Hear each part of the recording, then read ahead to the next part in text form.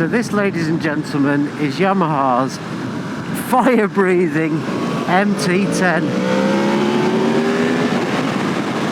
Woohoo! And oh my god, has she got power. So welcome back to the Knox channel. This is part 2 from the Yamaha Experience Day, where we've had a whole fleet of their different models to test out for the day. But in this video, we are looking at my new best friend, and that is the Yamaha MT10sp.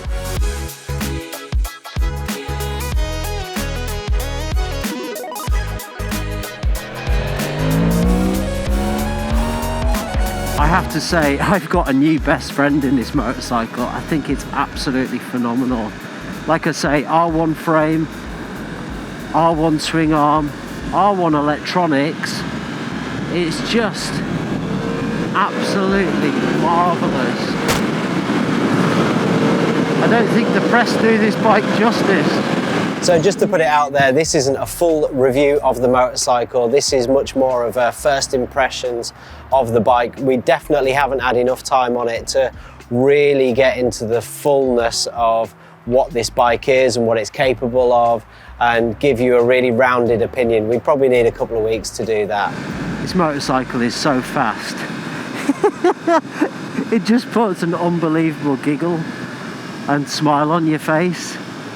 It's absolutely raucously entertaining, handles incredibly well, very stable, and it's just got the motor of all motors.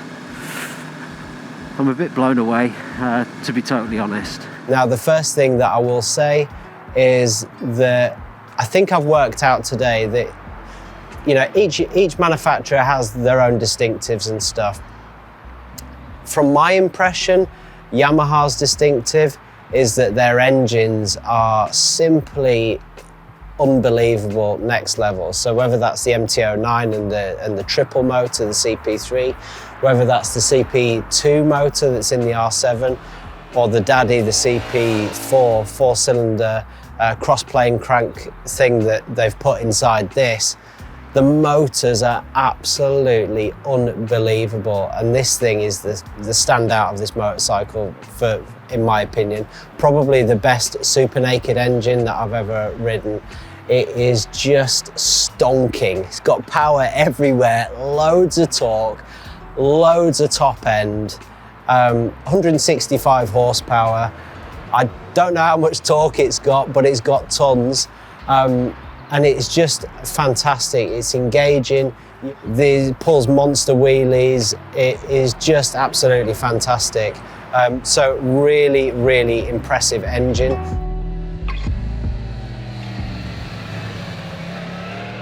The other thing that's fantastic about it is the electronic suite. I've not got enough time or enough knowledge to fully take you through that, but basically this is the R1 electronic suite that is built into this bike. Now, in terms of sports bikes, that is market leading, certainly in my opinion, when you look at the R1.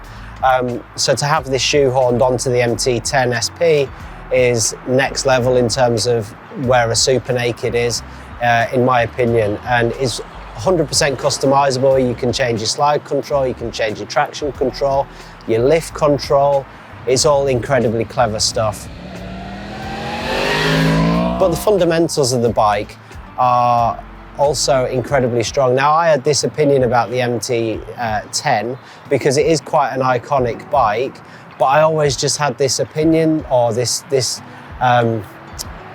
preconception, let's say, that it was all about the motor and the rest of it was just a bit sloppy. And I don't know why I had that preconceived idea, but I definitely did.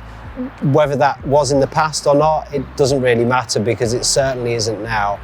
You've got a chassis and a frame that basically is lifted off the R1, and that bike handles probably the best of the super bikes. So it's put onto this naked bike and it just totally works. R1 frame, R1 swing arm, cross-plane crank motor. It's a different motor to the R1, so it's slightly less powerful, but it's got different engine internals on it. It's shorter geared than the R1, which makes it more playful, it makes it more suitable for the road. It feels no less powerful, certainly on the road. And the combination of those things just makes an incredible motorcycle. And of course, they've given it semi-active Öhlins suspension as well, which is really, really top notch. The package of all those things together just make this an incredible bike. I'm sure we're going to do a feature on one of these again on the Knox channel quite soon, but more than just borrow one, I actually want to buy one because I'm so impressed. Are there any downsides to the MT10sp? You know what, I'm scratching my head to be honest, because I think it's fantastic. I suppose like all modern Yamahas, for me the braking setup, or the ABS I should say, is a little bit eager. So if you want to, you know, brake hard enough that you feel like, oh, I'm going to do a rolling stoppie here, that's when the ABS will start kicking in and push against your hand. For me, that's a bit of a shame. I wish they had some sort of a supermoto mode where you could skid the rear and have some rear wheel lift. But apart from that, man, this is an incredible bike, and I think is right up there with anything else that I've ever ridden from a Supernaked sector of the market, and I've been totally blown away and I'm properly smitten with it. So really hope you've enjoyed this video. Please like, comment and subscribe. Check out all the Knox gear that we've used to protect ourselves on test, and we will see you next time.